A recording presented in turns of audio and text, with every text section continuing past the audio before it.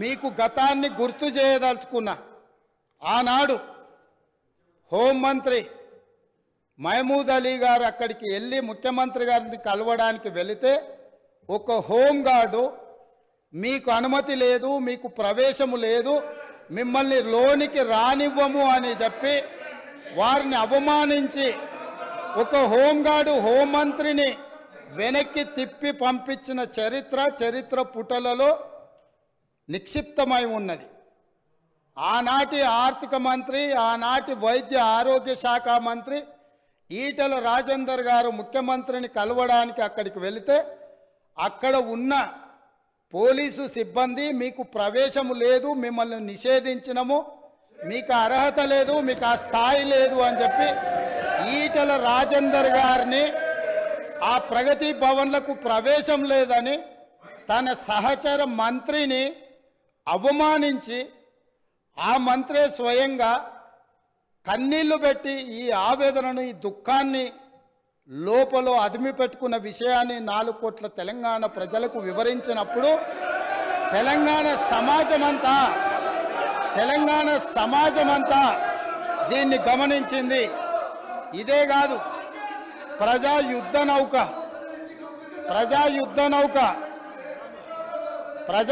నౌక గద్దరన్న 50 సంవత్సరాలు సుదీర్ఘంగా ఈ తెలంగాణ ప్రజల పక్షాన గలం విప్పి గజ్జగట్టి గొంగళేసుకొని తండాలలో, గూడాలలో, మారుమూల పల్లెల్లో ఈ దేశంలోనే 100 కోట్ల ప్రజలను ప్రభావితం చేయగలిగిన గద్దరన్న ఆనాటి ముఖ్యమంత్రి గారిని కలవడానికి ఆ ప్రగతి భవన్ గేట్ల ముందు ఎర్రటెండలో మండుతుంటే అక్కడ గంటల కొద్ది నిలబడితే ఈ తెలంగాణ యుద్ధ నౌక, ఈ తెలంగాణ పోరాటానికి, తెలంగాణ ప్రజల యొక్క ఆత్మగౌరవమైన గద్దరన్నకే ప్రవేశం లేని ప్రగతి భవన్ను ఇవాళ బద్దలు కొట్టి నా 4 కోట్ల తెలంగాణ ప్రజలు ఎప్పుడు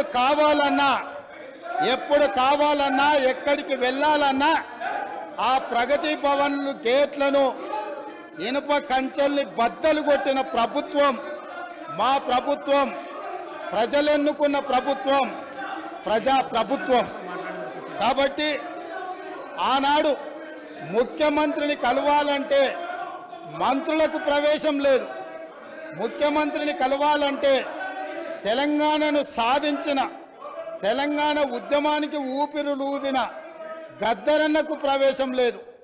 కానీ ఈనాడు దళితులు, గిరిజనులు, బలహీన వర్గాలు, మైనారిటీలు, మహిళలు ఎవరైనా అక్కడికి వెళ్ళి మా సమస్య ఉన్నది అనంటే ఈ ప్రభుత్వం వినడానికి సిద్ధంగా ఉన్నది అని చెప్పి ఈ తెలంగాణ ప్రజలకు స్వేచ్ఛనిచ్చిన ప్రభుత్వం, ప్రజా ప్రభుత్వం, ప్రజలెన్నుకున్న ప్రభుత్వం ఈరోజు ఇక్కడ ఉన్నది.